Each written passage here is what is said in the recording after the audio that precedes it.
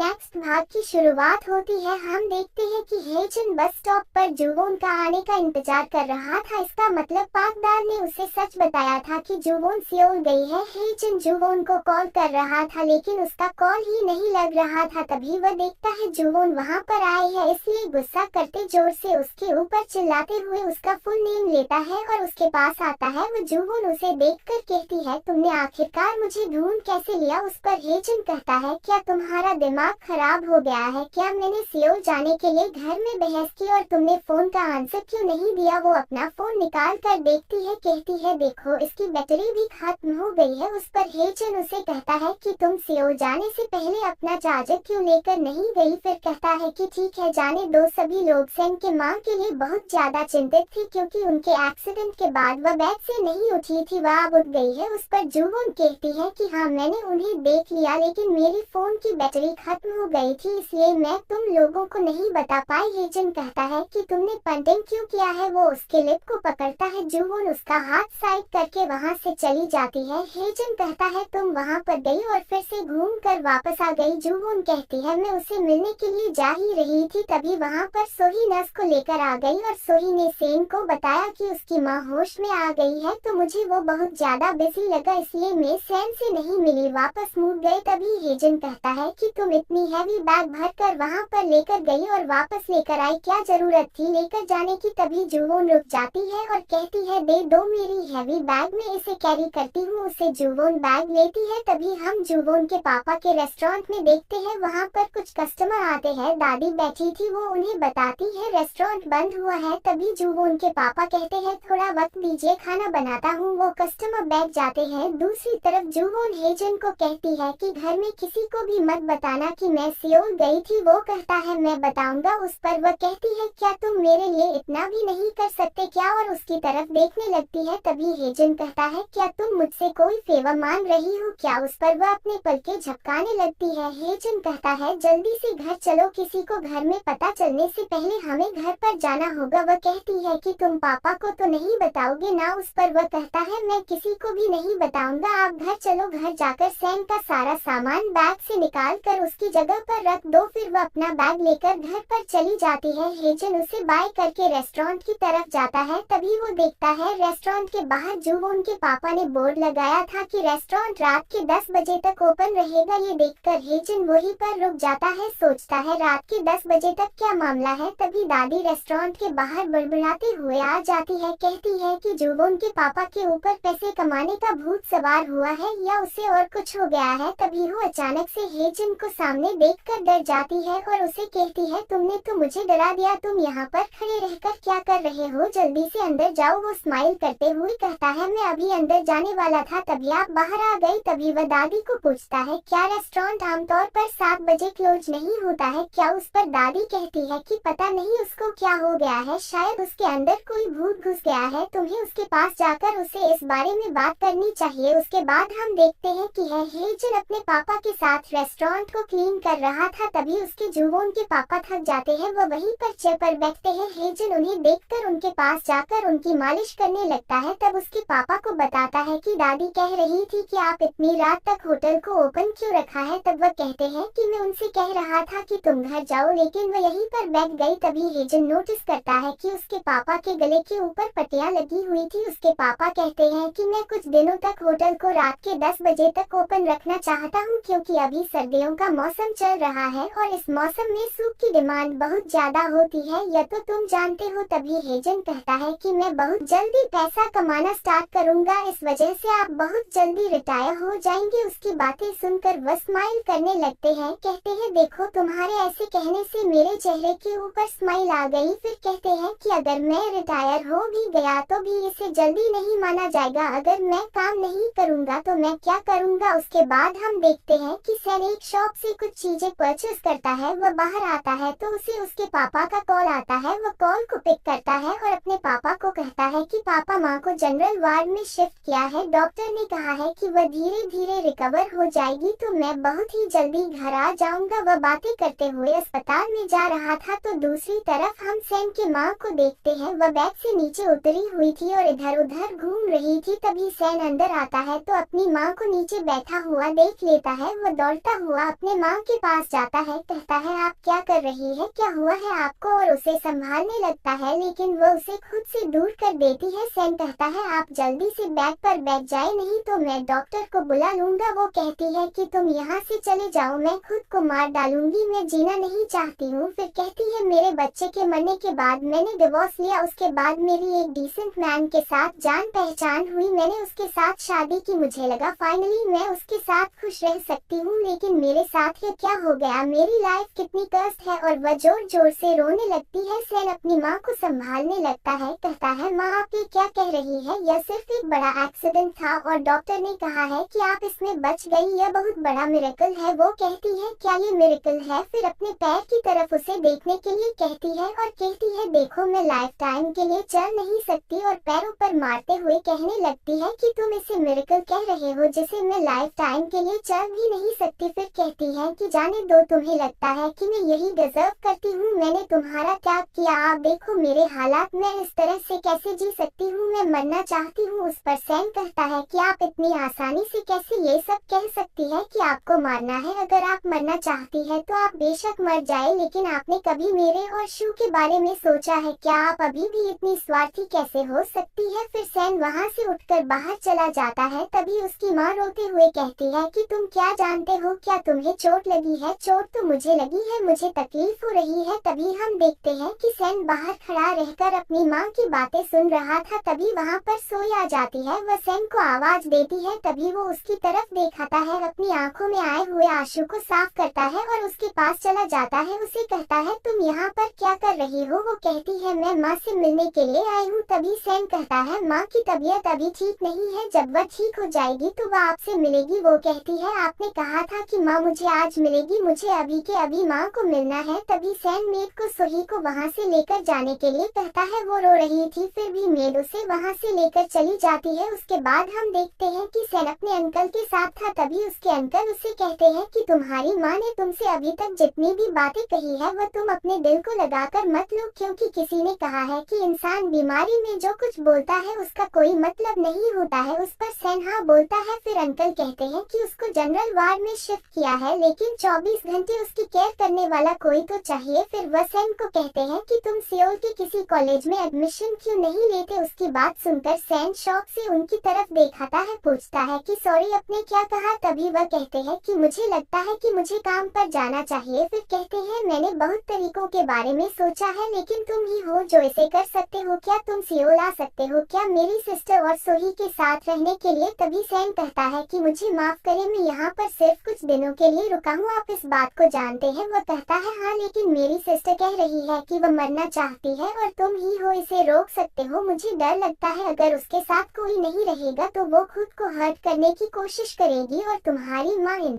सब चीजों से बुझने के लिए अभी स्ट्रॉन्ग नहीं है। तभी हम देखते हैं कि सैन अपनी माँ के पास बैठा हुआ था। तभी उसे अंकल ने कई बातें याद आ रही थी। अंकल ने कहा था कि उसकी केयर कोई अजनबी करेगा और मुझे गारंटी नहीं है कि वह फिर से अपने पैरों पर चल पाएगी। हम उसके लिए अच्छे अच्छे डॉक्टर से इलाज करेंगे, लेकिन ये पेशेंट के ऊपर होता है कि वह ठीक होना चाहता है या नहीं। सैन बाहर आकर बैठ जाता है, वह सब सोच के ज्यादा टेंशन में था। तभी उसे जुवोन का मैसेज आता है, उसे कहती है कि तुम दिन स्किप मत करना, तुम आज वहीं पर रहने वाले हो क्या। सैन जल्दी से जुवोन को कॉल करता है। तब हम देखते हैं कि जुवोन सोई हुई थी, साइड में उसने अपना फोन चार्जिंग पर लगाया था। तभी सैन कॉल करता है, जुवोन के मोबाइल को चार्जिंग नहीं थी, इस वजह से उसे कॉल स्विच ऑफ लगता है। उसके बाद सैन घर पर जाता है, उसके पास सोही आती है। वो कहता है स्कूल जाने का अभी टाइम नहीं हुआ है, इसलिए जाकर सो जाओ। सोही उसे कुछ खाने की चीज देती है और कहती है मुझे माफ कर दो, मैंने हॉस्पिटल में आज जो कुछ किया इसलिए। वो कहता है तुमने इसे खाया क्यों नहीं। वो कहती है मैंने इसे आपके लिए रखा था। फिर उसे कैंडल देती है और उसे विश मांगने के लिए कहती है, वह विश मांगता है। वह कहती है आपने क्या विश मांगी, आपको विश को जोर से बोलकर मांगनी चाहिए थी। वह कहता है क्यों। वह कहती है मेरे बर्थडे पर मुझे मेरे स्कूल में बताया गया था ऐसे ही विश मांगनी चाहिए, मैंने विश मांगी कि मुझे एक डॉल चाहिए और मुझे वह मिल गई। सैन कहता है जरूर तुम्हारी इच्छा किसी ने पूरी की होगी। फिर वह मोमबत्ती को बुझा देता है, दोनों भी साथ में खुश थे।